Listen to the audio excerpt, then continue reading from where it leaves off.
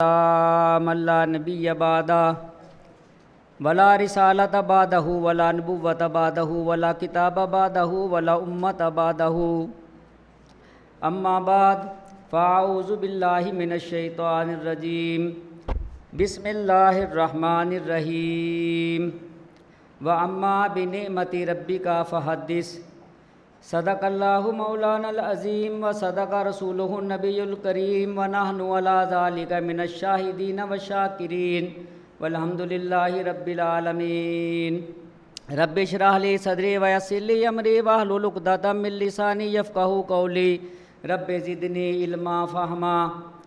محترم ساتھیوں، دوستوں اور عزیز طالب علموں، قیامت کی نشانیوں میں سے نشانی سمجھ لیں، آپ علماء ہیں اور میں جاہل ہوں، نہ میں حافظ نہ قاری نہ مولوی، سمجھ رہے ہو بات میری؟ یہ کسر نفسی نہیں، حقیقت یہی ہے، اور اس کو پورے درس میں ملحوظ رکھنا ہے کہ یہ بندہ مولوی نہیں ہے، حافظ بھی نہیں ہوں، قاری بھی نہیں، مولوی بھی نہیں، نہ مجھے عربی آتی ہے نہ فارسی نہ انگلش، ٹھیک ہے؟ اردو زبان ہے ٹوٹی پھوٹی جو میں بیان کروں۔ یہ سارا کچھ جو ہے اللہ کا فضل، میری والدہ کی دعا اور علماء دیوبند کی جوتیوں میں بیٹھنے کا صلہ ہے۔ علماء دیوبند سے تعلق جو ہے اہل حق کے ساتھ، یہ اس کا صلہ ہے۔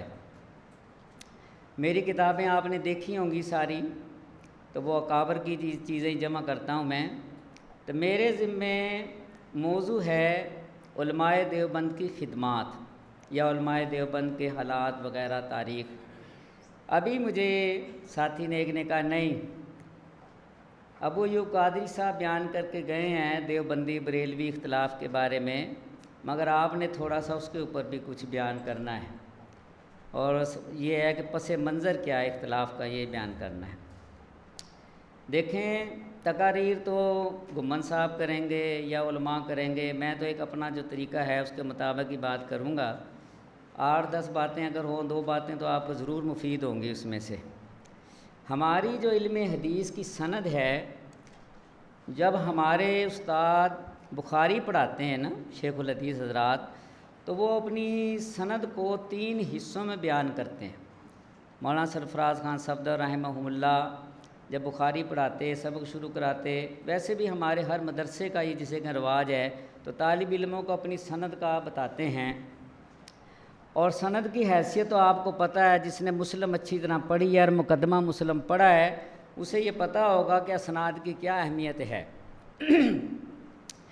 تو ہماری سند کے 3 حصے ہیں علم حدیث کی۔ ایک ہے حصہ مولانا سرفراز صاحب سے لے کے یا مولانا سلیم اللہ خان دامت برکاتہم عالیہ سے لے کے شاہ ولی اللہ تک، اور ایک ہے شاہ ولی اللہ سے لے کے صاحب کتاب تک، ایک ہے صاحب کتاب سے لے کے نبی کریم صلی اللہ علیہ وسلم تک۔ دیکھیں، صاحب کتاب سے لے کے نبی کریم صلی اللہ علیہ وسلم تک جو حصہ ہے، وہ تو ہر کتاب میں موجود ہے۔ حدثنا، اخبرنا، سمعتہ، حدثنی، ان فلاں ان فلاں، یہ آپ کو پتہ ہوگا حدثنا یا حدثنی کا کیا مطلب ہے، اس کی ضرورت نہیں ہے۔ یا ان سے روایت ہو تو اس کا کیا مطلب ہوتا ہے، یہ بھی علم حدیث یا جس نے نخبۃ الفکر اچھے طریقے سے پڑھا ہے اسے پتہ ہوگا۔ تو وہ سند تو وہاں پر موجود ہے، جو سند والی حدیث کی کتابیں ان کے اندر موجود ہے۔ اور شاہ ولی اللہ سے لے کے صاحب کتاب تک، تو اس کے بارے میں شاہ ولی اللہ رحمہ اللہ نے ویسے تو اپنی مختلف کتابوں میں اپنے حالات بیان کیے اور اپنی اسناد کا ذکر کیا ہے، مگر مستقل طور پہ 2 کتابیں شاہ صاحب نے لکھی ہیں۔ ایک ہے الانتباہ فی سلاسل اولیاء اللہ، یہ الانتباہ جو ہے اس میں تصوف کے تمام سلاسل حضرت نے اپنے بیان کیے ہیں، اور ایک ہے الانتباہ کا دوسرا حصہ جو علم الاسناد پہ ہے۔ تو شاہ صاحب نے اس دوسرے حصے میں اپنی تمام علم حدیث کی اسناد کو جمع کر دیا ہے نبی کریم صلی اللہ علیہ وسلم تک۔ اس کے علاوہ ہماری ایک کتاب ہے جو مولانا عبد الغنی صاحب مجددی کے حالات پہ ہے، الیانی الجنی فی اسانید الشیخ عبد الغنی، عربی کی کتاب ہے، اس کے اندر بھی اسناد آپ کو تمام مل جائیں گے۔ اس کے بعد مولانا عبید اللہ سندھی رحمہ اللہ کی ایک کتاب ہے التمہید، تمہید ابن عبد البر نہ سمجھ لینا، التمہید نام ہے اس کا۔ یہ علم اسناد کے اوپر ہے کہ جس آدمی کا تعلق حضرت سندھی سے ہو گیا کسی کتاب کے حوالے سے، تو حضرت سندھی نے پھر اس کو جسے کہتے ہیں صاحب کتاب تک پوری سند لکھی ہے۔ بڑی مفید کتاب ہے، عربی کے اندر ہے، اس کا اردو ترجمہ بھی کئی قسطوں میں شائع ہو چکا ہے شعور آگہی کے اندر۔ تو آج بات ہوگی ہماری جو کڑی ہے یہ علم اسناد کی، شاہ ولی اللہ سے لے کے نیچے تک، بھائی مولانا سلیم اللہ خان یا حضرت گھمن صاحب تک جتنے رجال ہیں ان کے اوپر ہوگی، اور یا ان کے گرد و نواز کے جو شخصیت ہے ان کے اوپر بات ہوگی۔ مگر بات کو شروع کرنے کے لیے ہم شاہ ولی اللہ سے ایک صدی اوپر جانا چاہتے ہیں، تاکہ جسے کہتے ہیں بات اچھے طریقے سے سمجھ آ جائے۔ تو ہمارا ان سے تعلق بھی ہے تینوں بزرگوں سے، اس لیے ہمیں اوپر سے بات کرنا ہی زیادہ مفید جسے کہ لگتی ہے۔ تو 11ویں صدی کے جو مجدد ہیں وہ ہیں شیخ احمد سرہندی، جن کو مجدد الفسانی کہا جاتا ہے۔ حدیث کے اندر ہر صدی کا مجدد ہونا تو حدیث ہے، مگر 1000 سال کے بعد کا مجدد ہونا یہ حدیث نہیں ہے، یاد رکھنا۔ یہ شاہ صاحب کو عطا کیا گیا ہے، جسے کہ القاب ہے، یا ان کے لیے جسے کہتے ہیں کہ عہدہ ہے۔ اور یہ ان کے ہم اثر جو تھے علامہ عبد الحکیم سیالکوٹی، جن کا مزار سیالکوٹ تحصیل بازار میں ہے، اور جنہوں نے جسے کہتے ہیں کہ بھئی کتابیں پڑھی ہیں علم معقول وغیرہ کی، صدرہ، شمس بازگاہ یا بیضاوی یا مطول وغیرہ کے حواشی اچھے طریقے سے دیکھے ہیں، انہیں پتہ ہوگا کہ علامہ عبد الحکیم سیالکوٹی کون آدمی تھے اور وہ کب گزرے ہیں۔ 11ویں صدی کے تھے یہ۔ انہوں نے ان کو آفتاب پنجاب اور انہوں نے مجدد الفسانی کہا تھا۔ تو حدیث کی روح سے 1000 سال کا مجدد ہونا ثابت نہیں ہے۔ تو ان کو جو ہم مانتے ہیں مجدد، اس وجہ سے مانتے ہیں کہ انہوں نے کہا ہے، تو کوئی ایسی بات نہیں، حدیث کے مخالف نہیں ہوتا۔ 1000 صدی پہ جسے کہتے ہیں مجدد کا ہونا، یہ حدیث میں نہیں۔ اب یہ ہے کہ مجدد الفسانی سے ہمارا تعلق کیا ہے، اور شیخ عبد الحق محدث دہلوی، یہ بھی 11ویں صدی کے ایک بزرگ گزرے ہیں، ان سے ہمارا تعلق کیا ہے، اور علامہ عبد الحکیم سیالکوٹی سے علماء دیوبند کا تعلق کیا ہے۔ دیکھیں ہمارے جتنے بھی سلاسل ہیں نقش بندی سلسلے کے، اکثر نقش بندی اور مجددی ہیں۔ تو ہمارے تمام سلاسل چاہے حاجی امداد اللہ کے ہوں، چاہے جسے کہتے پیر ذوالفقار والے ہوں، یا مولانا سرفراز صاحب والے ہوں، یا سید زوار حسین شاہ صاحب والے ہوں، یا مولانا خان محمد صاحب والے ہوں، سب نقش بندی ہیں، اور سب کا سلسلہ جو ہے مجدد صاحب سے ہی ملتا ہے جسے کہتے ہیں۔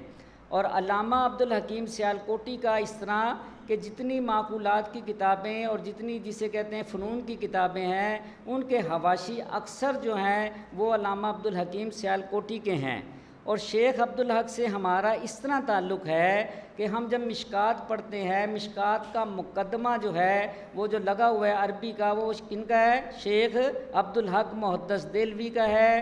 اور جس نے مشکات اچھے طریقے سے پڑھی ہے اور اس کا حاشیہ جو ہے مولانا احمد علی سہارنپوری والا، اس کو دیکھا ہے، تو وہ دیکھیں گے کہ حاشیے میں ملتا ہے آپ کو اشعا، کہیں لکھا ہوتا ہے لمعہ۔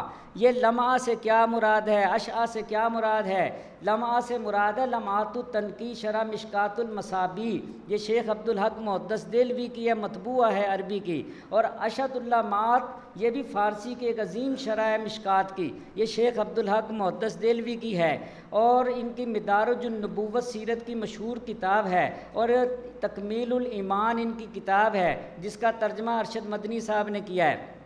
اس کے علاوہ جو زیادہ جسے کہتے ہیں ان کا چرچا اور ہمارے ہاں جسے کہتے ہیں کہ اس کی ضرورت ہے، وہ یہ ہے کہ جب مولانا خلیل احمد سہارنپوری کی آپ براہین قاطعہ پڑھیں گے تو براہین قاطعہ میں حضرت نے ایک عبارت لکھی ہے کہ شیخ فرماتے ہیں کہ نبی کریم صلی اللہ علیہ وسلم کو دیوار کے پیچھے کا علم نہیں، تو بریلوی حضرات آپ پہ فوراً تنقید کرتے ہیں اور یہ کہیں گے کہ آپ کے علماء جھوٹ بولتے ہیں۔ دیکھیں شیخ صاحب نے کہاں کہا ہے، مدارج النبوت اٹھا کے آپ کو پیش کریں گے۔ تو حضرت نے کسی کتاب کا نام نہیں لیا، حضرت نے یہ کہا ہے، شیخ فرماتے ہیں، کہاں فرماتے ہیں یہ بات؟ یہ اشۃ اللامات کے اندر موجود ہے، اور جو حضرت نے عبارت لکھی ہے براہین قاطعہ میں وہ اسی طرح موجود ہے۔ اور اب جو ترجمہ کیا ہے بریلویوں نے، جسے کہتے ہیں شرح مشکات کے نام سے اشۃ اللامات کا، اس کے اندر اردو ترجمے میں بھی وہ اسی طرح جسے کہ عبارت موجود ہے، اور وہی ترجمہ لکھا ہے جو مولانا خلیل احمد سہارنپوری نے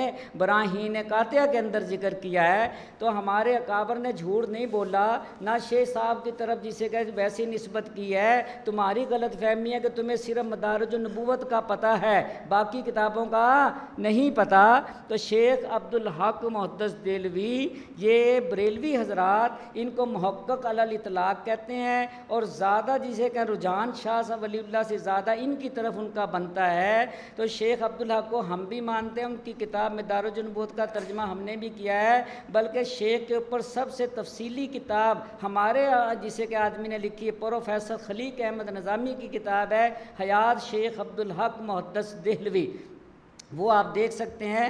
تو شیخ عبدالحق کا جسے کہتے ہیں، اس لیے میں آپ کو بتا رہا ہوں، ایک تو یہ مسئلہ، دوسرا یہ تھا کہ جو حاشیہ مشکات ہے اس کو سمجھنے کے لیے یہ دونوں کتابیں شیخ صاحب کی ہیں، اشۃ اللامات اور یہ لمات التنقی شرح مشکات المصابیح۔ تو شیخ عبدالحق کی اور بھی بے شمار کتابیں ہیں، آپ دیکھ سکتے ہیں حیات کے اندر۔ اور مجدد صاحب سے ہمارا یہ ہے کہ پیر ذوالفقار ہمارے نقش بندی سلسلے کے اس وقت دنیا کے اندر مشہور ہیں۔ تو پیر صاحب کا سلسلہ کیا ہے؟ پیر صاحب جسے کہ خلیفہ کس کے ہیں؟ غلام حبیب نقش بندی کے ہیں۔ غلام حبیب نقش بندی کس کے خلیفہ ہیں جسے کہتے ہیں؟ وہ عبد المالک صدیقی خانے وال کے ہیں۔ عبد المالک صدیقی فضل علی قریشی کے ہیں۔ فضل علی قریشی کس کے خلیفہ ہیں؟ سراج الدین کے۔ سراج الدین کس کے ہیں؟ عثمان دمانی کے۔ عثمان دمانی جسے کہتے ہیں کس کے خلیفہ ہیں؟ دوست محمد قندھاری کے۔ دوست محمد قندھاری ہیں احمد سعید دہلوی کے۔ وہ جسے کہتے ہیں شاہ غلام علی دہلوی کے۔ وہ مرزا مظہر جانے جانا کے۔ وہ نور محمد بدایونی کے۔ وہ محسن بدایونی کے۔ وہ حجت اللہ کے۔ وہ خواجہ معصوم کے، اور وہ مجدد صاحب کے۔ تو ہمارا سلسلہ گیا ادھر کے نہیں گیا؟ اسی طریقے سے مولانا خان محمد صاحب کا آپ دیکھیں کہ مولانا خان محمد خلیفہ ہیں عبداللہ لدھیانوی کے۔ عبداللہ لدھیانوی خلیفہ ہیں ابو سعد احمد خان کے۔ احمد سعد خلیفہ ہے جسے کہ فضل علی، وہ سراج الدین کے۔ سراج الدین عثمان دمانی کا آگے وہی سلسلہ آ جاتا ہے۔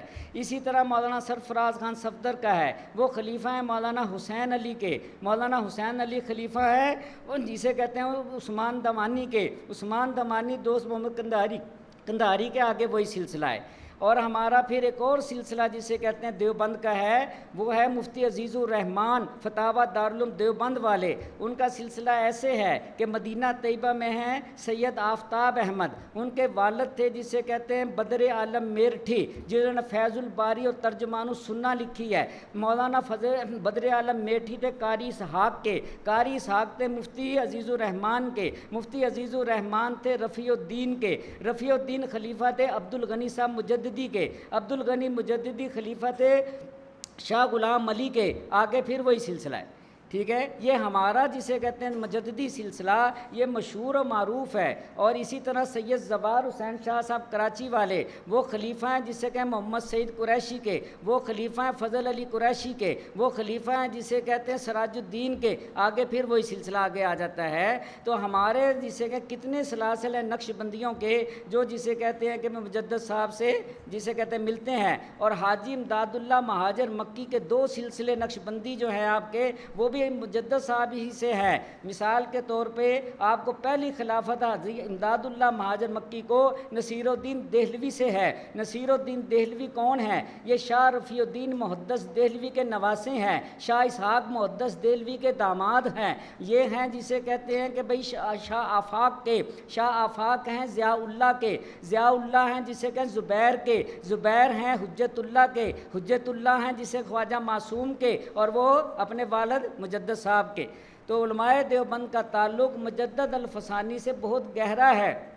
اب مجدد الفسانی بریلوی تھے یا غیر مقلد تھے یا ہمارے تھے، اس کو سمجھنے کے لیے آپ کوشش کریں۔ ایک کتاب ہے تعلیمات مجددیہ، اس کو آپ دیکھ سکتے ہیں۔ ویسے مکتوبات کا ترجمہ سید زوار حسین شاہ صاحب نے کیا ہے، مکتوبات کا ترجمہ نذیر رانجھا صاحب نے کیا ہے، اور اس کے علاوہ مفتی محمود اشرف عثمانی، مفتی شفیع صاحب کے جو پوتے ہیں، ان کی کتاب آپ دیکھ سکتے ہیں ارشادات مجدد الفسانی۔ نسیم احمد فریدی کی کتاب آپ دیکھ سکتے ہیں ارشادات مجدد۔ مولانا منظور نعمانی کی کتاب ہے تذکرہ مجدد الفسانی۔ ابو الحسن علی ندوی کی کتاب ہے تاریخ دعوت و عزیمت جلد نمبر 5، وہ آپ دیکھ سکتے ہیں۔ مجدد صاحب کے بارے میں سید زوار حسین شاہ صاحب کی کتاب آپ کو بہت جسے کہ مفید رہے گی، حیات مجدد الفسانی۔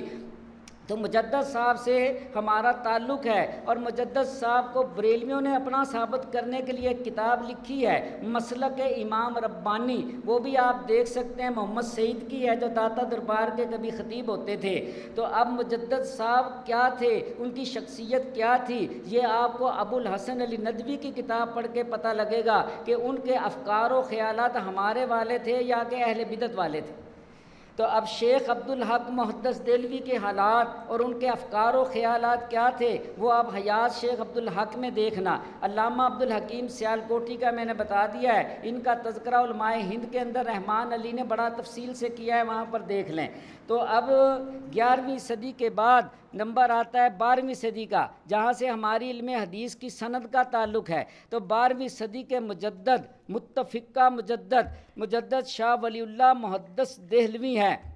مجدد کا کیا کام ہوتا ہے اور تجدید کیا ہوتی ہے اور مجدد کے اوصاف کیا ہوتے ہیں، اور مجدد ایک صدی میں ایک ہی ہوتا ہے یا زیادہ بھی ہو سکتے ہیں، تو آپ اس بارے میں ایک کتاب دیکھ سکتے ہیں کہ تمام 14 صدیوں کے مجددوں کے حالات کے اوپر ایک کتاب مجددین اسلام کے نام سے آپ کو ملے گی۔ اس میں 12 صدیوں 14 صدیوں کے ہر مجدد کے تفصیلی حالات لکھے ہیں، مجددین اسلام آپ دیکھ سکتے ہیں۔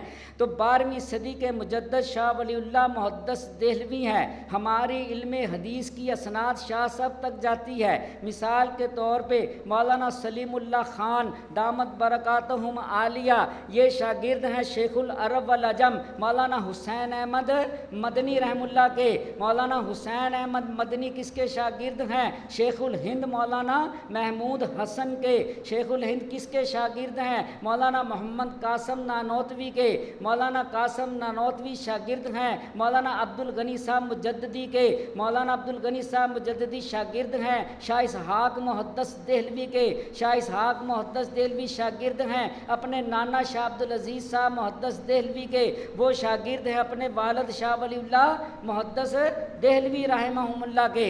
تو شاہ ولی اللہ رحم اللہ کا جو علم ہے اس کے بارے میں مختصر سی بات ہے، کیونکہ اپنے اکابر کا تذکرہ کرنا ہے۔ میری تقریر مفتی صاحب نے اس ٹائم رکھ دی ہے، میری تقریر کم از کم 8 گھنٹے کی ہوتی ہے، جو کم سے کم ہو وہ 8 گھنٹے کی ہوتی ہے۔ جی پچھلی دفعہ صحیح تھا کہ کچھ جسے کہ پہلے تھا ظہر سے، کچھ ظہر کے بعد تھا، میرے سے بات سمیٹی نہیں جاتی جسے کہ جلدی جلدی، تو اب کیا کریں، ٹائم کی قلت ہے۔ تو مسئلہ یہ ہے کہ شاہ ولی اللہ بریلوی کہتے ہیں ہمارے ہیں، انہوں نے ایک کتاب لکھی ہے کہ بھائی شاہ ولی اللہ اور مسلک شاہ ولی اللہ اور القول و جلی فی مسلک شاہ ولی، یہ بریلویوں کی کتاب ہے۔ اور بہاول پور کا جو فیض احمد اویسی تھا اس نے بھی شاہ ولی اللہ کو بریلوی ثابت کرنے کی کوشش کی ہے، اور غیر مقلدین کے مولانا اسماعیل سلفی نے تحریک آزادی فکر اور شاہ ولی اللہ کی تجدیدی مسائی کے نام سے ایک کتاب لکھی ہے، اور اس کا ترجمہ انڈیا کے مقتدی حسن اظہری نے عربی کے اندر کر کے جسے کہتے ہیں کہ بے عرب میں پھیلائی ہے۔ وہ کہتے ہیں شاہ ولی اللہ غیر مقلد تھے، اب ہم رہ گئے یتیم، ہم کیا کہیں کہ شاہ ولی اللہ ہمارے تھے کہ اور تھے کوئی۔ یاد رکھیں ہمارے بزرگ جو ہیں دیوبندی مسلک سمجھنا ہو اگر تو پھر جسے کہتے ہیں قاری طیب کی کتاب دیکھو، آپ کو پتہ لگے دیوبندیت کیا ہے۔ قاری طیب کی کتاب ایک ہے مسلک علماء دیوبند، دوسری کتاب ہے علماء دیوبند کا مسلکی مزاج اور ان کا دینی رخ یہ ہر طالب علم کے پاس ہونی چاہیے. تقی عثمانی نے اس کے اوپر بڑا زوردار مقدمہ لکھا ہے. تو علماء دیوبند کا مسلک لوگوں کو دیوبندی بنانا نہیں ہوتا. علماء دیوبند کا وصف یہ ہے کہ وہ حقیقت کو بیان کرتے ہیں. جو قرآن و سنت میں ہوتا ہے وہ اگر کوئی پڑھے گا تو دیوبندی نہیں بنے گا تو کیا بنے گا؟ مولانا رفیع عثمانی نے یہ بات کہی ہے. انہوں نے کہا ہمیں ضرورت نہیں ہے کوئی خاص علیحدہ اپنے عقائد بتانے کی، اپنے نظریات بتانے کی. قرآن میں ہمارا نظریہ موجود ہے، ہر حدیث کی کتاب میں ہمارا نظریہ موجود ہے. ہم جیسے نہیں ہیں جسے کہتے ہیں کہ بھئی بے مرشد جن کو کہا جاتا ہے. ہمارے تو عقائد نظریات الحمدللہ مسلمات ہے، ساری کتابوں میں موجود ہے. تو اب شاہ ولی اللہ کیا تھے؟ ہمارے بزرگوں نے جو حقیقت ہے وہی بات کی ہے. شاہ ولی اللہ مجتہد تھے. یاد رکھنا جن لوگوں نے مجتہد کے بارے میں پڑھا ہے میں وہ بتا دوں مجتہد کی 7 قسمیں ہوتی ہیں. ایک مجتہد مطلق ہوتا ہے، ایک مجتہد فی المذہب ہوتا ہے، ایک مجتہد فی المنتسب ہوتا ہے. یہ اگر دیکھنی ہو آپ نے تو اسماعیل سہارنپوری کی ایک کتاب ہے وہ آپ دیکھ سکتے ہیں، مبادیات فقہ. مبادیات فقہ ایک کتاب ہے اسماعیل سہارنپوری کی، ادارہ اسلامیات انارکلی لاہور سے چھپی ہے. اسے آپ دیکھیں، اس کے اندر طبقات ملیں گے آپ کے فقہاء کے، مجتہدین کے اور مفتیوں کے. تو شاہ ولی اللہ مجتہد تھے، البتہ مجتہد مطلق نہ تھے، مجتہد فی المذہب تھے. یا طحاوی والے کی طرح تھے یا قاضی خان والے کی طرح تھے، یہ آپ سمجھ لیں. تو شاہ صاحب کی جو کتابوں میں یہ پائی جاتی ہے بات کہ ہر آدمی اس سے فائدہ اٹھا رہا ہے، اس کی وجہ یہ ہے کہ شاہ صاحب کو سمجھے نہیں ہیں. شاہ صاحب کو سمجھنے کے لیے اگر آپ کتاب پڑھیں مناظر حسن گیلانی کی تذکرہ شاہ ولی اللہ، یا آپ کتاب پڑھیں جسے کہیں صدیق باندھوی کی، وہ پڑھیں گے شاہ ولی اللہ کا فقہی مسلک، یا ابو الحسن علی ندوی کی کتاب تاریخ دعوت و عزیمت کا حصہ پڑھیں تو شاہ ولی اللہ پہ مشتمل ہے. یا امام جسے کہتے ہیں کہ یہ فرقان کا مولانا منظور نعمانی جن کی معروف الحدیث ہے، ان کا الفرقان کا شاہ ولی اللہ نمبر جو 1940 میں شائع ہوا ہے اس کو پڑھیں، آپ کو پتہ لگے کہ شاہ ولی اللہ کیا تھے. یا مولانا یوسف بن نوری کا مقالہ پڑھیں، یا جسے کہتے ہیں کہ مولانا خیر محمد جلندری کا مقالہ پڑھے جو آثار خیر میں چھپا ہے. یا مولانا محمد علی صدیقی کاندھلوی کا مضمون پڑھے شاہ ولی اللہ اور تقلید، آپ کو پتہ لگے گا کہ شاہ ولی اللہ کیا تھے. شاہ ولی اللہ مجتہد تھے، مجتہد ہونے کے باوجود حنفی مسلک پہ قائم تھے.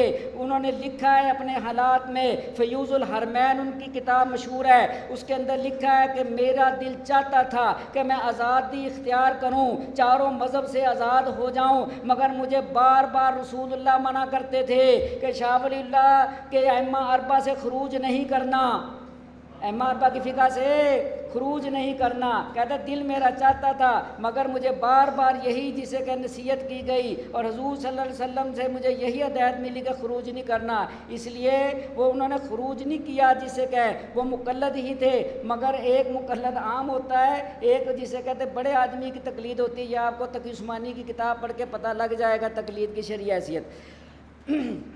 تو شاہ ولی اللہ نے یہ جو کلو فق نظام والی جب بحث ہوتی ہے اس کو اگر آپ سمجھ لیں گے پھر شاہ ولی اللہ کی بات سمجھ آئے گی کہ شاہ صاحب یہ چاہتے تھے کسی طریقے سے میں یہ جس مسلمانوں کو اکٹھا کر دوں، کیونکہ شاہ صاحب نے تقریباً 8 بادشاہتیں دیکھی ہیں اپنے دور میں. ان کے 8 بادشاہ تبدیل ہوئے ہندوستان کے، اور انہوں نے پھر جسے کہ محمد طاہر قردری سے جب پڑھا مکے میں جا کے وہاں کے حالات دیکھے، دنیا کے لوگ وہاں آتے تھے، سارا نظام دیکھا تو حضرت کو کلک ہوتی تھی کیسے غلبہ ہو مسلمانوں کا، اور یہ جو ہے جسے کہتے ہیں کہ بھئی نظام اسلام یہ کیسے عیسائیوں پہ یہودیوں پہ تمام ادیان پہ غلبہ ہو جائے. اس غلبے کے لیے حضرت نے جو سکیم بنائی، جو سوچ بنائی، اسی کا یہ خلاصہ ہے کلو فقی نظام جس کو کہتے ہیں. تو حضرت نے یہ جو چاروں فقہ تھی اس کو کلوز کرنے کی کوشش کی ہے. اس وجہ سے غیر مقلدوں کو کوئی نہ کوئی چیز ہاتھ لگ جاتی ہے.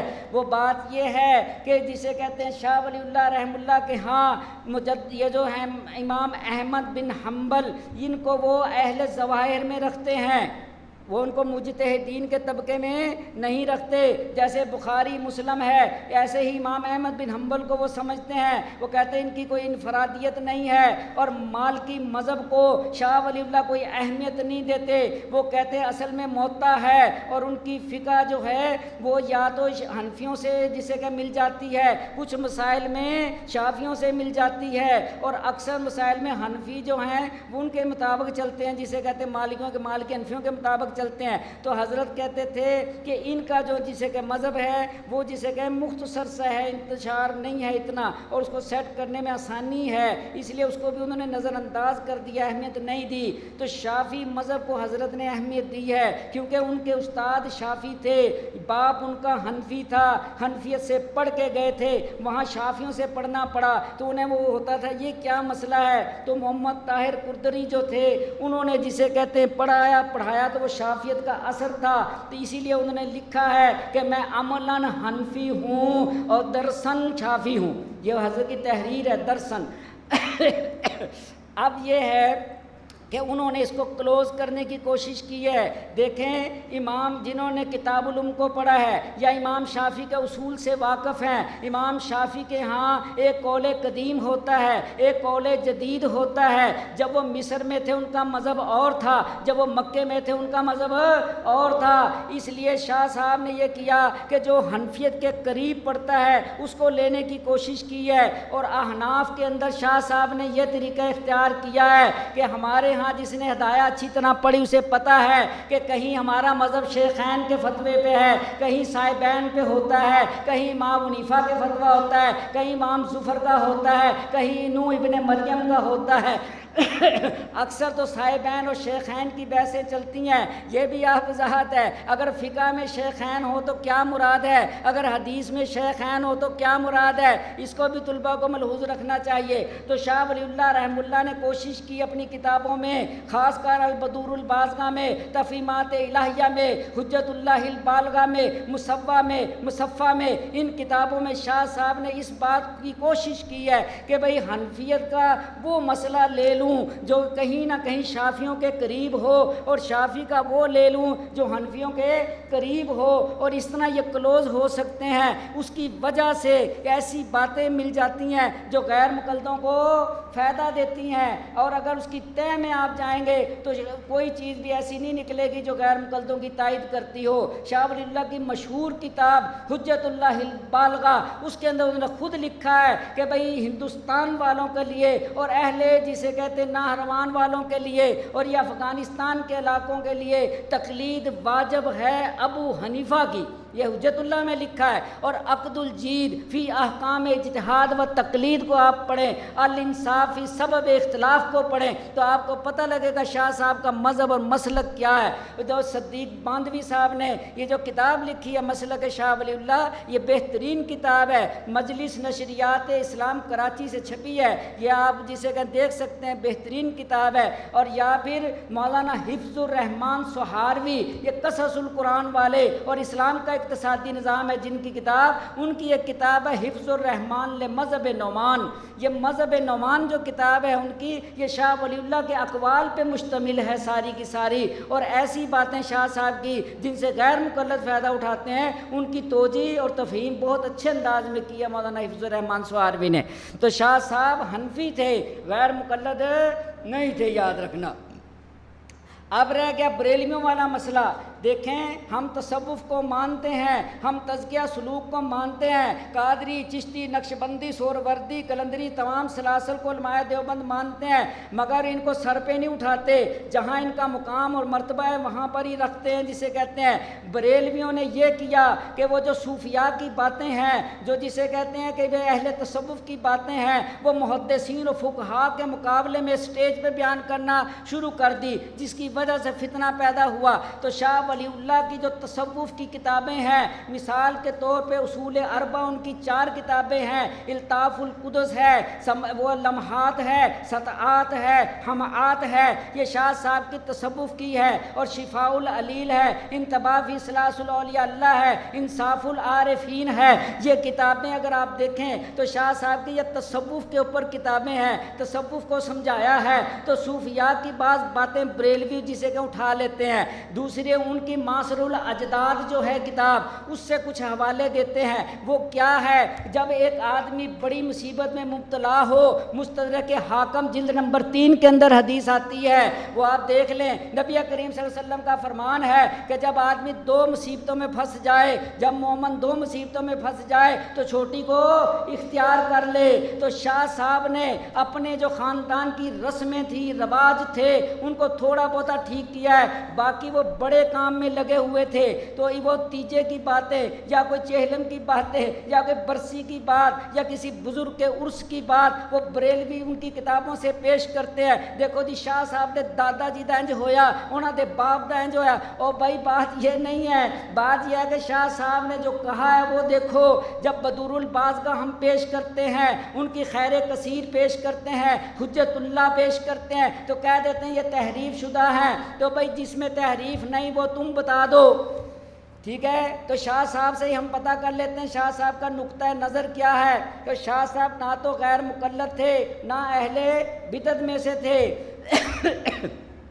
ویسے شاہ ولی اللہ رحم اللہ کی تمام کتابیں اور تفصیل اگر دیکھنی ہو، اور مذاہب باطلہ کی انہوں نے جو تردید کی ہے اس کو ان کی کتابوں میں آپ دیکھ سکتے ہیں۔ آپ کے ہاں تو صرف الفوز الکبیر کا پتہ ہے، آپ کے جسے کہ وہ بھی نصاب میں لگ گئی، الفوز الکبیر فی علم تفسیر۔ شاہ صاحب نے قرآن کا ترجمہ کیا فتح الرحمن فی ترجمۃ القرآن۔ شاہ صاحب نے قرآن کی تفسیر لکھی ہے فتح الخبیر۔ شاہ صاحب نے جسے کہتے ہیں تعویل الاحادیث کے نام سے قرآن کے اندر جو تذکرے ہیں اور ان کے نبیوں کے، اور یہ اصحاب الایکا، اور جسے کہ دوسری چیزیں جیسے قصص القرآن میں ہے، تعویل الاحادیث کے نام سے لکھی ہے، اور زاہبرین، ایک زاہبرین کے نام سے سورۃ بقرہ کی تفسیر الگ ہے۔ تو شاہ ولی اللہ نے قرآن کی خدمت بھی کی، حدیث کے اوپر حضرت کی جسے کہتے ہیں کتاب موجود ہے جو موطا کی شرح مصفہ اور مصفہ جو ہے، ایک عربی میں ایک فارسی میں ہے، یہ شاہ ولی اللہ کی رحم اللہ کی ہے۔ اور اسی طریقے سے شاہ صاحب کی جو دوسری چیزیں ہیں وہ آپ کے سامنے ہیں، تصوف کی بھی دوسری بھی سب چھپ چکی ہیں۔ شاہ صاحب کی کوئی ایسی چیز نہیں جو چھپی نہ ہو جسے کہتے ہیں۔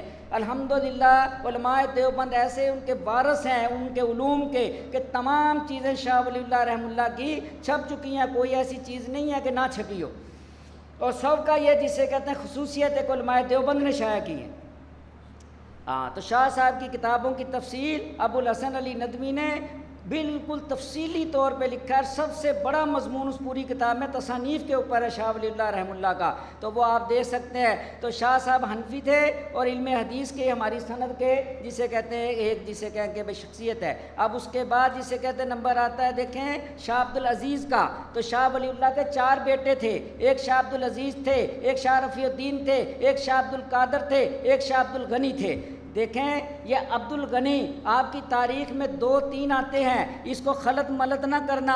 ایک عبد الغنی مجددی ہیں، ایک عبد الغنی پھول پوری ہیں، ایک عبد الغنی جسے کہ یہ ہیں جسے کہ جو میں بتا رہا ہوں، یہ جسے کہ قاسم ننوتوی کے استاد ہیں، اور یہ ایک شاہ ولی اللہ رحم اللہ کے بیٹے ہیں۔ شاہ ولی اللہ کے جو بیٹے ہیں عبد الغنی، ان کو دہلوی کہتے ہیں، اور ان کی کوئی کتاب نہیں ہے، جوانی میں ان کا انتقال ہو گیا تھا۔ ان کی نشانی شاہ اسماعیل شہید ہیں، ان کے بیٹے، یہ عبد الغنی کے بیٹے ہیں، شاہ ولی اللہ کے پوتے ہیں۔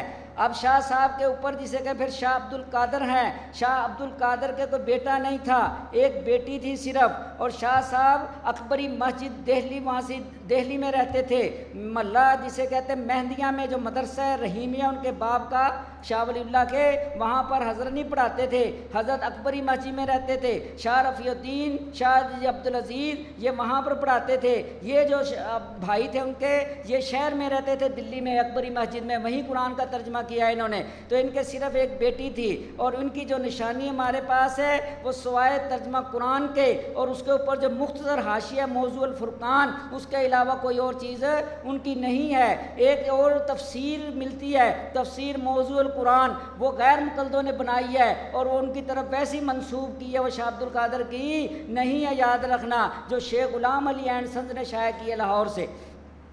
تو شاہ عبد القادر سے اوپر پھر شاہ رفیع الدین ہیں۔ شاہ رفیع الدین محدث دہلوی یہ اپنے بھائی کے ساتھ بہت عرصہ پڑھاتے رہے اپنے والد کی وفات کے بعد، تو یہ شاہ عبدالعزیز کے ساتھی تھے، بہت عرصہ کٹھی تدریس کی ہے۔ تو شاہ رفیع الدین کی مشہور کتابوں میں ایک تو قرآن کا ترجمہ ہے، ان کا لفظی ترجمہ، اور اس کے علاوہ تفسیر رفیع ہے ان کی، اور اس کے علاوہ جس کے ان کی کتابیں مجموعہ رسائل شاہ رفیع الدین، یہ 32 رسالے ہیں جو صوفی عبدالحمید سواتی نے گجرانوالے سے ایڈٹ کر کے شائع کیے ہیں۔ پہلی جلد میں 10 رسالے ہیں، دوسری جلد میں 22 رسالے ہیں، یہ کل 32 رسالے ہیں جو 2 جلدوں میں شائع کیے۔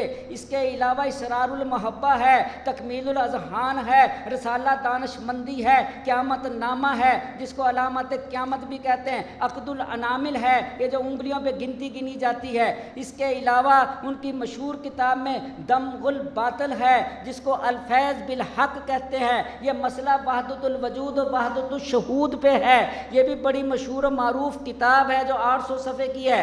تو ان کے والد نے المکتوب المدنی ایک کتاب لکھی تھی، مکتوبات نہیں، المکتوب مدنی، یہ وحدت الوجود اور وحدت الشہود کو سمجھایا تھا انہوں نے۔ اس کے جواب میں جسے کہتے ہیں مرزا مظہر جانا کے خلیفہ تھے فضل حسین بہاری، اس نے اس کا رد لکھا الکلمات الحق کے نام سے۔ انہوں نے جب شاہ ولی اللہ کو جسے کہتے ہیں کہ نیچا دکھانے کی کوشش کی تو شاہ رفیع الدین سے برداشت نہ ہوا، انہوں نے الکلمات الحق کا جواب الفیض بالحق لکھا، اپنے باپ کے دفاع میں، یاد رکھنا، بہترین کتاب ہے۔ تو شاہ رفیع الدین کے جسے کہ 3 بیٹیاں تھیں، 2 بیٹے تھے، ایک شاہ مخصوص اللہ تھے، ایک شاہ موسیٰ تھے، اور 3 بیٹیاں تھیں۔ تو شاہ مخصوص اللہ یہ سر سید کے استاد ہیں، اور شاہ موسیٰ یہ بھی جسے کہ کچھ عرصہ انہوں نے پڑھایا، مگر یہ اہل بدعت کے ساتھ مل گئے تھے، اس لیے ان کا تذکرہ ہماری تاریخ میں نہیں آتا۔ تو یہ شاہ اسماعیل شہید کے ساتھی نہیں تھے، شاہ اسحاق کے ساتھیوں میں سے نہیں تھے، یہ اس پارٹی میں چلے گئے دوسری میں، اس واسطے ان کا تذکرہ نہیں ملتا۔ مگر شاہ مخصوص اللہ اور شاہ موسیٰ کا تذکرہ رحمان علی نے تذکرہ علماء ہند کے اندر کیا ہے، اور فقیر محمد جیلمی نے فقہائے ہند کے اندر اس کا شاہ مخصوص اللہ کا ذکر کیا ہے، اور سر سید احمد خان نے آثار السنادید کے اندر اس کا ذکر کیا ہے، اخبار جسے کہ سنادید کے اندر بھی جسے کہ حکیم عبدالغنی بجنوری نے کیا ہے۔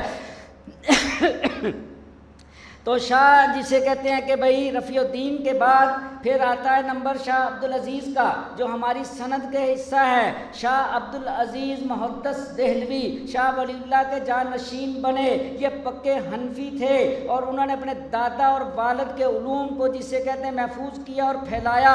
تو ان کی کتابیں آپ دیکھیں، ان کو پڑھیں، پتہ لگ جاتا ہے کہ وہ حنفی تھے اور ان کے عقائد و نظریات ہمارے والے تھے۔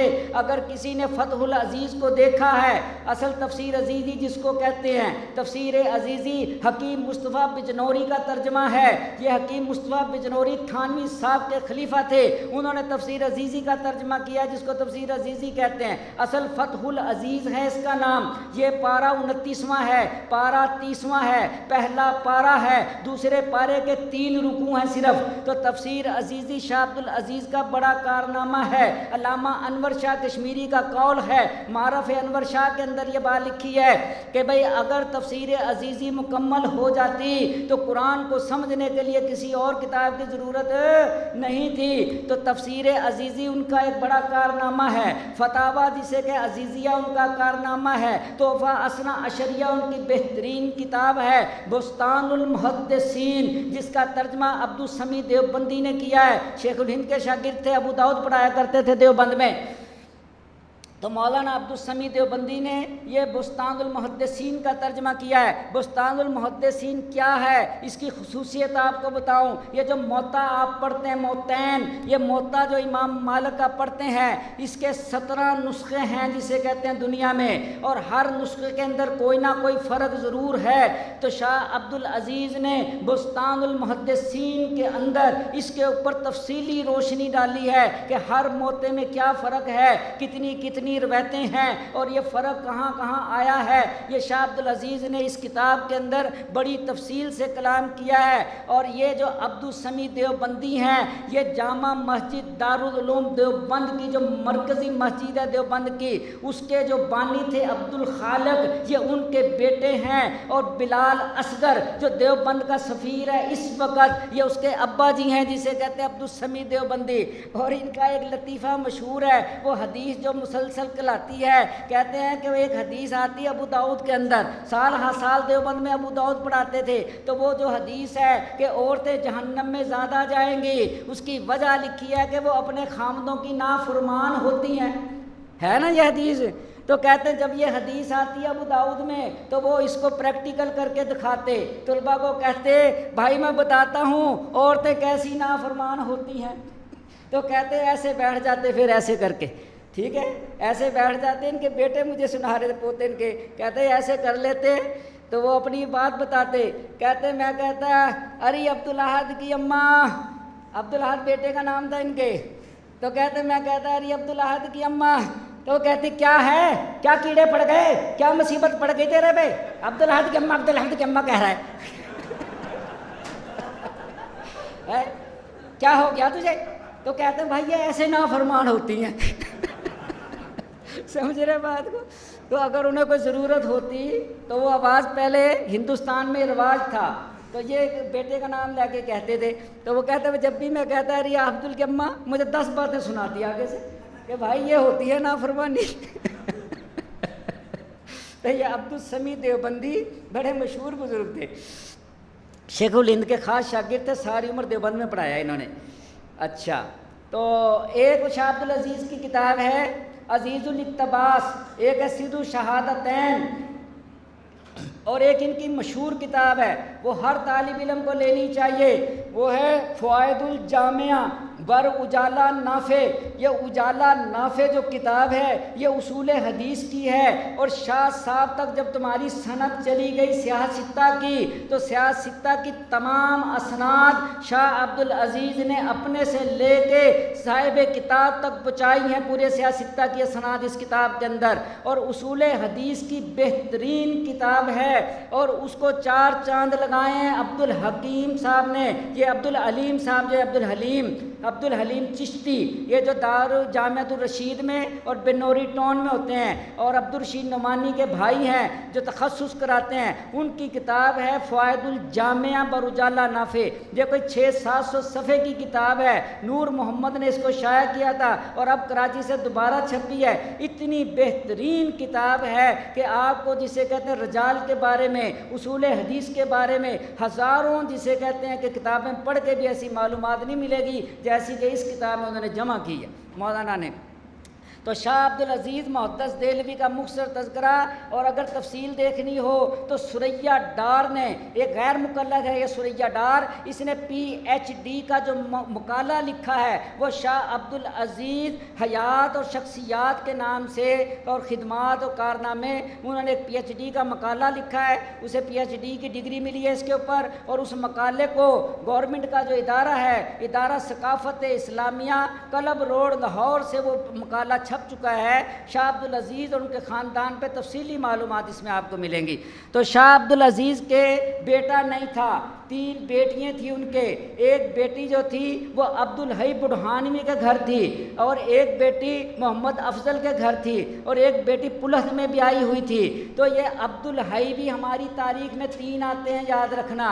ایک عبد الحی جو ہیں وہ ابو الحسن علی ندوی کے والد ہیں، جن کی نزہۃ الخواطر ہے دہلی، اور اس کے اطراف ہے الثقافت فی الہند کے نام سے ان کی کتاب ہے۔ یہ عبد الحی حسنی ہے، یہ دارالعلوم ندوۃ العلماء کے ناظم رہے، یہ ابو الحسن علی ندوی کے والد ہیں۔ ایک عبد الحی جسے کہ لکھنوی ہے، یہ عبد الحی لکھنوی یہ فرنگی محلی ہے جسے کہ یہ عبد الحلیم لکھنوی کا بیٹا ہے، اور عبد الحلیم جو تھے یہ جسے کہتے ہیں کہ بھئی صغیر حسن محدث کے شاگرد تھے اور صغیر حسن محدث شاہ عبد العزیز کے شاگرد تھے. اور یہ فرنگی محلی جو ہے یہ ایک الگ مدرسہ ہے. یاد رکھنا یہ فرنگیوں کا محل تھا, انگریزوں کا محل تھا. جب انگریزوں کی یہاں سکونت ہو گئی تو ان سے پھر جسے کہ تعلیم کے لیے یہ لیا گیا, تو وہ تعلیم کے لیے جب لیا گیا تو مولانا عبد الحی فرنگی محلی کے جو بڑے تھے انہوں کے سپرد یہ کر دیا انگریزوں نے. تو انہوں نے یہاں پر مدرسہ بنا لیا. یہ اس محل کے اندر مدرسہ ہے جسے کہ فرنگی محلی کہتے ہیں. یہ دیوبندی نہیں ہے, ان کی فکر دیوبند والی نہیں تھی. یہ آزاد خیال اور حنفی مسلک کے لوگ تھے. بڑی خدمت کی ہے عبد الحی لکھنوی نے, جنہوں نے الدرایا دیکھی, وہ جسے کہ ہدایہ دیکھی ہے, یا شرح بقایا دیکھی ہے, یا السعایا ان کی دیکھی ہے, یا جسے کہتے ہیں آثار المرفوعہ فی احادیث الموضوعہ دیکھی ہے. تو ان کو پتہ ہے عبد الحی لکھنوی کا کیا مقام ہے. یہ قاسم نانوتوی کے ہم اثر ہیں, حضرت گنگوہی کے ہم اثر ہیں. عمر 49 سال پائی ہے صرف, بعض کہتے ہیں اس سے بھی کم پائی ہے. حضرت تھانوی فرماتے ہیں کہ ان کے اوپر جادو کر دیا تھا اس لیے یہ فوت ہو گئے. جو کچھ لکھا ہے جسے کہتے ہیں دوبارہ پڑھنے کا موقع نہیں ملا, مگر عمر تھوڑی تھی.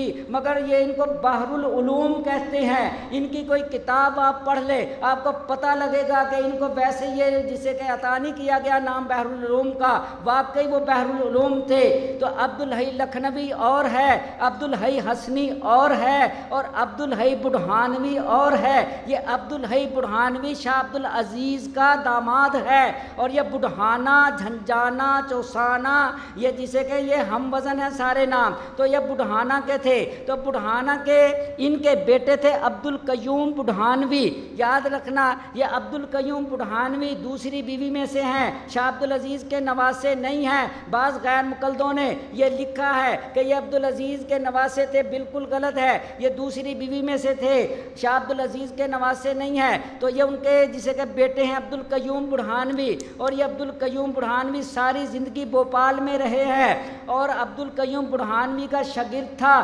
یہ جو حکیم جی نور دین بھیروی. یہ مرزا غلام احمد قادیانی کا جو جانشین بنا حکیم نور دین بھیروی, یہ عبد القیوم بڑھانوی کا شاگرد تھا. تو یہ عبد الحی جو ہیں یہ اور ہیں. تو ہمارے عبد الحی جو تھے یہ عبد الحی بڑھانوی, ان کے جسے کہتے ہیں کہ یہ بیٹا یہ جسے کہ ساری عمر بھوپال میں رہا ہے, یہ مدرسہ رحیمیہ وغیرہ میں نہیں پڑھا. تو جو دوسری بیٹی تھی درمیان والی, ان کے یہ دو بیٹے تھے, ایک شاہ اسحاق تھے اور ایک شاہ یعقوب تھے. یہ شاہ عبد العزیز کے نواسے ہیں, یاد رکھنا. تو ہماری سند میں شاہ اسحاق آتے ہیں. تو شاہ اسحاق محدث دہلوی یہ اپنے نانا کے جانشین بنے. تو حضرت شاہ عبد العزیز محدث دہلوی رحم اللہ فرمایا کرتے تھے کہ کسی نے اگر میرا تقوی دیکھنا ہو, یہ ملفوظات شاہ عبد العزیز میں لکھی ہے بات, اور مقالات طریقت میں بھی لکھی ہے جو میں بتا رہا ہوں آپ کو. تو وہ کہتے تھے میرا تقوی دیکھنا ہو تو میرے نواسے میں دیکھو, میری جسے کہ تقریر دیکھنی ہو تو میرے بھتیجے میں دیکھو, میری تحریر دیکھنی ہو تو رشید الدین دہلوی کو دیکھ لو. تو میں نے ان کو حدیث پڑھا دی ہے. تو شاہ عبد العزیز محدث دہلوی نے 4 آدمی 5 آدمی ایسے پیدا کیے جن سے ہمارا تعلق ہے, اور ہمارا تلمذ کا بھی تعلق ہے, ویسے بھی تعلق ہے ان سے. ایک تو یہ شاہ اسحاق ہے, ایک دوسرے شاہ یعقوب ہیں, ایک ان کا بھتیجا ہے شاہ اسماعیل شہید, ایک ان کا خلیفہ ہے سید احمد شہید بریلوی یہ بالا کوٹ والے, ایک رشید الدین دہلوی ہیں, اور ایک امام الدین کاندھلوی ہیں, اور ایک جسے کہتے ہیں امام الدین کے بھائی تھے یہ امام الدین کاندھلوی, اور ان کے بھائی یہ جد امجد ہیں مولانا ذکریہ کے, جنہوں نے حالات مشائخ کاندھلہ دیکھی ہے کتاب احتشام الحسن کی, یا مولانا یوسف لدھیانوی وہ یوسف کاندھلوی کے حالات دیکھے حضرت جی کے, انہیں پتہ ہے کہ امام الدین کاندھلوی کون ہے. یہ شاہ عبد العزیز کے شاگرد تھے, اور ان کے بھائی جو تھے وہ بھی شاہ عبد العزیز کے شاگرد تھے, اور شاہ عبد العزیز یہ بھتیجے ہیں شاہ عبد العزیز کے, اور یہ خلیفہ ہیں ہیں واحد خلیفہ ہیں سید احمد شہید بریلوی، یہ جسے کہتے ہیں شاہ عبدالعزیز کے خلیفہ، اور یہ جسے کہتے ہیں نواسہ ہے، یہ جانشین بنا۔ حضرت نے اپنی زندگی میں امامت، فتویٰ اور ہر چیز شاہ عبدالعزیز نے ان کو دے دی تھی اپنے نواسے کو، اور جسے کہتے ہیں کہ یہ دوسرے حضرات جو تھے یہ اور کام کر رہے تھے، تو شاہ اسحاق محدث دہلوی کو تصنیف تالیف کا کام کرنے کا موقع کم ملا ہے۔ انہوں نے ساری زندگی جب تک یہاں رہے اور ہجرت کر کے مکہ نہیں گئے تھے، آپ نے ساری زندگی تدریس کی ہے۔ آپ نے صرف مشکات کا ترجمہ کیا تھا۔ مشکات جو آپ مظاہر حق پڑھتے ہیں، یہ مظاہر حق نواب قطب الدین محدث دہلوی جو ان کے شاگرد تھے اس نے صرف شرح کی ہے، جو ترجمہ ہے یہ شاہ اسحاق کا ہے، اور ایک ان کی میاتہ مسائل ہے 100 مسئلے، اس کا بھی اردو ترجمہ ہو چکا ہے، کراچی سے چھپ چکی ہے رحیم اکیڈمی سے، اور ایک ہے ان کی میاتہ مسائل، ایک ہے مسائل 40۔ مسائل 40 کا ترجمہ ایوب قادری نے، اور سجاد بخاری جو مماتی تھا جس نے اقامت البرہان لکھی ہے اور جواہر القرآن مرتب کیا ہے، اس نے بھی اس کا ترجمہ کیا ہے جسے کہتے ہیں مسائل 40 کا۔ تو شاہ اسحاق رحمۃ اللہ علیہ کی ایک تذکرۃ الصیام ہے، وہ چھپی نہیں ہے، اور ایک ان کی 40 احادیث پہ مشتمل ایک کتاب ہے، وہ بھی یہ چھپی نہیں ہے، مگر شاہ اسحاق کا اصل کام تدریس ہے۔ تو شاہ صاحب نے جو جسے کہ شاگرد پیدا کیے اور علماء دیوبند کا ان سے جو تعلق بنا، ان کے 9 شاگرد ایسے ہیں جن کا تعلق علم اسناد سے اور جسے کہ تلمذ جو علماء دیوبند کو حاصل ہے۔ تو شاہ اسحاق کے شاگردوں میں اگر آپ دیکھیں سب سے مشہور و معروف جسے کہتے ہیں شاہ عبد الغنی ہیں۔ شاہ عبد الغنی صاحب مجددی، یہ شاہ عبد الغنی کون ہیں؟ یہ جو سلسلہ نقشبندیہ میں احمد سعید ہیں، یہ ان کے چھوٹے بھائی ہیں۔ آپ جو ابن ماجہ پڑھتے ہیں اس کا حاشیہ اگر اچھے طریقے سے دیکھا ہو تو اس کا نام ہے انجاز الحاجہ حاشیہ ابن ماجہ۔ یہ حاشیہ ابن ماجہ جو ہے یہ عبد الغنی صاحب مجددی کا لکھا ہوا ہے۔ تو مولانا عبد الغنی صاحب مجددی یہ جسے کہتے ہیں شاہ اسحاق کے ہجرت فرمانے کے بعد ہندوستان کے اندر ان کے جانشین بنے ہیں۔ غیر مقلد کہتے ہیں ان کا جانشین نذیر حسین دہلوی تھا، وہ آگے بات آئے گی تفصیل سے بتاؤں گا۔ ان کا جانشین مولانا عبد الغنی صاحب مجددی تھے۔ یہ ہمارے جسے کہ قاسم ننوتوی اور رشید احمد گنگوہی کے استاد ہیں۔ ایک یہ شاگرد ہیں شاہ اسحاق کے۔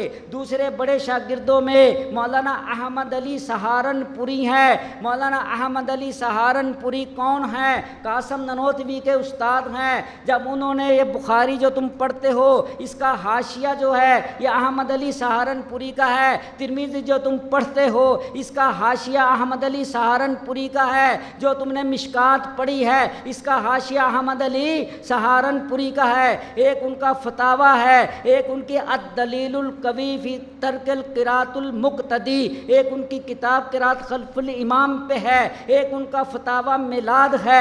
مولانا احمد علی سہارنپوری یہ ان کے شاگرد ہیں، کس زمانے کے شاگرد ہیں؟ طالب علموں کے لیے عرض کرتا ہوں میں کہ جب شاہ اسحاق اپنے خاندان کو مکے لے گئے تو یہ 15-16 سال کے تھے۔ کہتے ہیں کبوتر اڑایا کرتے تھے، بڑی سخت گرمی میں کبوتر اڑا رہے تھے اوپر، تو سعادت علی فقی، یہ سعادت علی فقی کون ہے؟ یہ مظاہر العلوم کے بانی ہیں، یاد رکھنا۔ قاسم ننوتوی دارالعلوم دیوبند کا بانی ہے، اور مظاہر العلوم سہارنپور جہاں مولانا ذکریہ ساری عمر پڑھاتے رہے، آج ان کے بیٹے اور ان کے نواسے وہاں کے محتمم اور ناظم ہیں، جسے کہ بیٹا طلحہ ہے اور نواسا شاہد سہارنپوری ہے جو ناظم ہے وہاں کا سہارنپور کا، اس کے بانی مولانا سعادت علی فقی تھے۔ تو یہ کہتے ہیں کہ دیکھا انہوں نے کہ یہ تو بچہ ہے، اس کا باپ بڑا عالم فاضل تھا، اس کو کسی طرح سمجھاؤں میں، تو کہتے ہیں آگے دروازہ کھٹکھٹایا، یہ نیچے آئے، کہنے لگے ایک مسئلہ بتا، ایک بات پوچھی، دوسری بات پوچھی، تو انہوں نے نفی میں جواب دیا۔ انہوں نے کہا مجھے تو پتہ نہیں حضرت۔ انہوں نے کہا لو ہم تیرے باپ سے پوچھتے تھے، تیرے دادے سے پوچھتے تھے، ہم کہاں جائیں؟ ایسی کہتے ہیں چوٹ لگی، یہ ایسا سمجھانے کا انداز تھا۔ اپنی والدہ کو کہنے لگے میں نے پڑھنا ہے، میں نے پڑھنا ہے۔ والدہ کہنے لگی تو نے خاک پڑھنا ہے، شاہ اسحاق تو چلا گیا۔ سمجھ رہے ہو بات کو کہ شاہ اسحاق کا شور تھا ہندوستان میں، کہنے لگے اب کس سے پڑھنا ہے، شاہ اسحاق تو چلا گیا ہے۔ تو کہنے لگا میں نے انہی سے پڑھنا ہے، وہیں جا کے پڑھنا ہے۔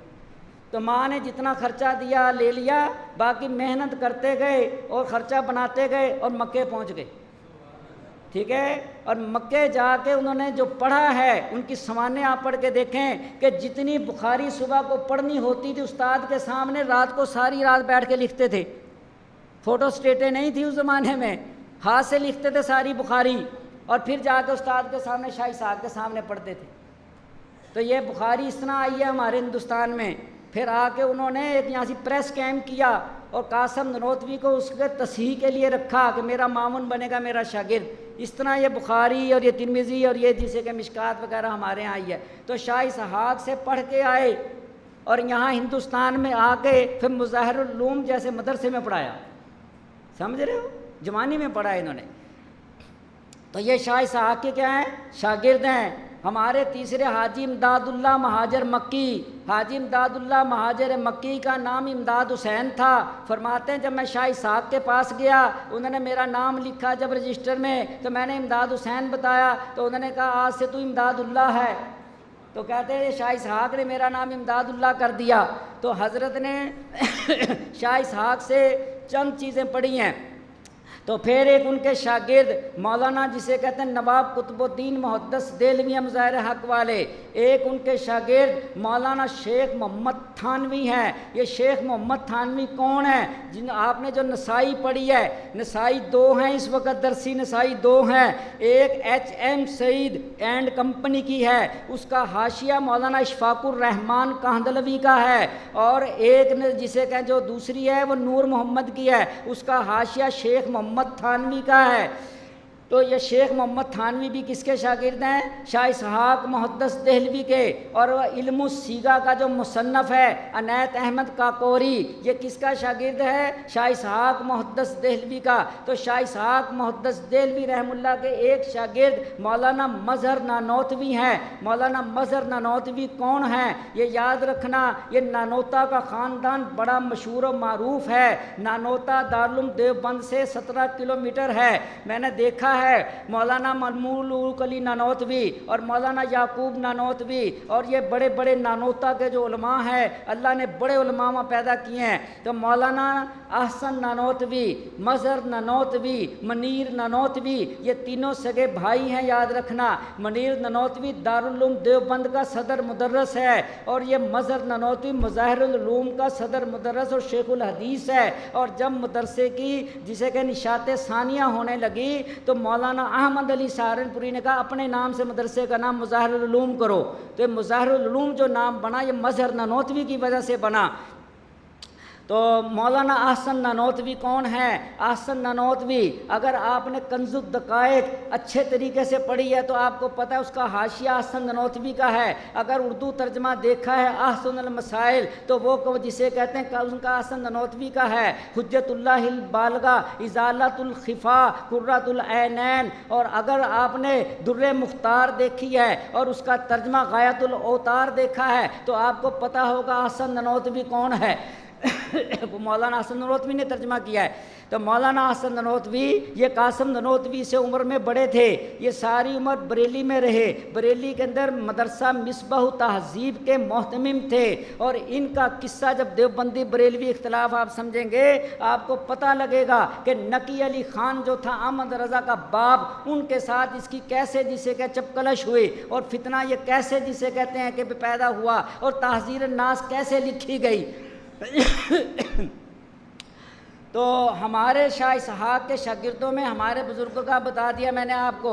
اب یہ ہے کہ غیر مقلدوں کی تاریخ یہاں سے شروع ہوتی ہے۔ وہ کہتے ہیں نذیر حسین دہلوی بھی شاہ اسحاق کا شاگرد ہے، شاگرد ہی نہیں بلکہ جسے کہ اس کی جگہ پہ بیٹھ کے پڑھانے والا ہے، اور وہ جسے کہتے ہیں ان کا صحیح معنوں میں جو جان نشین ہے وہ نذیر حسین ہے۔ ہم کہتے ہیں نذیر حسین نے پڑھا کس زمانے میں ہے؟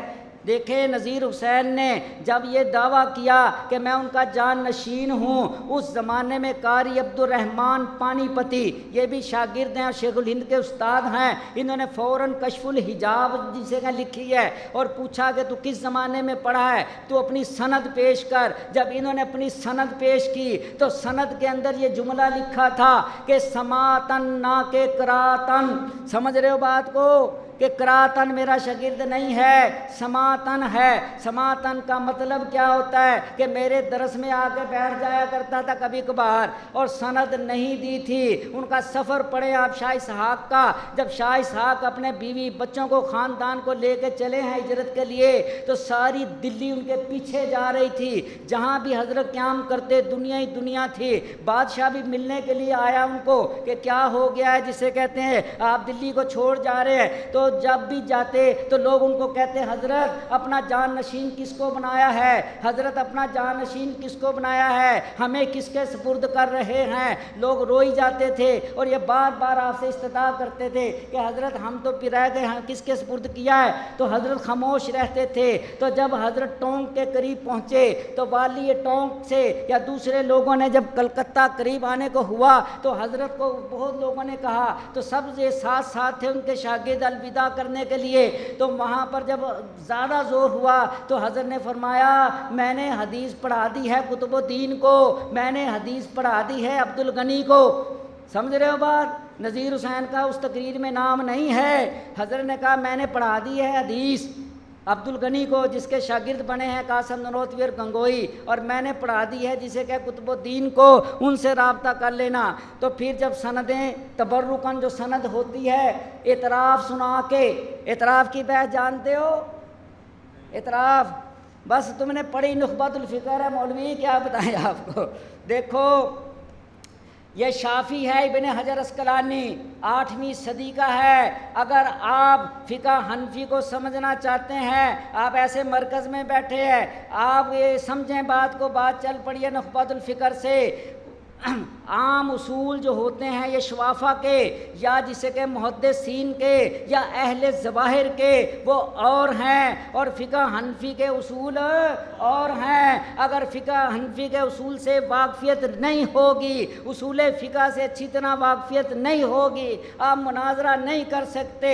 جس آدمی نے اصول شاشی، نور الانوار، توضیح، تلوی، مسلم الثبوت، اصول کرخی، اصول بزدوی، اور جسے کہ اصول سرخسی یا کرخی وغیرہ اور توضیح کو اچھے طریقے سے نہیں پڑھا، یا ابن حمام کی کتاب التحریر کو نہیں دیکھا، اسے کیا پتہ ہے جسے کہتے ہیں کہ بھئی فقہ حنفی کیا ہے۔ اور کم از کم آدمی کو چاہیے کہ ظفر احمد عثمانی کی کتاب جو الہٰ السنن کا مقدمہ ہے، قواعد الحدیث کے نام سے یا علوم الحدیث کے نام سے جو چھپی ہے، اس کو اچھے طریقے سے پڑھو تاکہ تمہیں پتہ لگے کہ جسے کہ حنفی اصول حدیث کیا ہے اور امام صاحب کا منہج کیا ہے، امام صاحب کا استدلال کا طریقہ کیا ہے۔ جب تک آپ کو یہ نہیں آئے گا، آپ کو پتہ ہی نہیں ہے کہ بھئی حنفی اصول فقہ ہیں کیا، جسے کہتے ہیں جو آدمی تدریب الراوی، تقریب النواوی، الکفایہ یا مقدمہ ابن صلاح یا دوسری کتابوں کو اچھی طرح نہیں پڑھتا، الباس الحدیث کو نہیں دیکھتا، اسے کیا پتہ ہے جسے کہ علم حدیث کیا ہے۔ اور اسماء و رجال کو جو نہیں جانتا وہ مناظرہ خاک کرے گا، جسے کہتے ہیں جو آدمی تقریب کو، تہذیب کو، میزان الاعتدال کو، لسان المیزان کو، احوال الرجال کو، العبر کو نہیں جانتا، اور یہ نہیں پتہ اس کا مصنف کون ہے اور اس کا انداز بیان کیا ہے۔ سمجھ رہے ہو بات کو؟ یہ فرق ہوتا ہے۔ ہاں جی، الجرح و تعدیل کے قواعد کیا ہوتے ہیں؟ ایک اردو کتاب آپ کو بتا رہا ہوں، وہ لکھو آپ۔ ایک کتاب ہے تقی الدین ندوی کی، جو شاگرد اور خلیفہ ہے مولانا ذکریہ کا، اس کی کتاب ہے فن اسماء و رجال، فن اسماء و رجال اردو میں۔ وہ آپ پڑھیں گے، آپ اشش کریں گے کہ اردو کے اندر ایسا مواد اس شخص نے جمع کر دیا۔ اسماء و رجال کا پتہ لگے گا، اسماء و رجال کی کتابوں کا پتہ لگے گا آپ کو کہ کیا ہے۔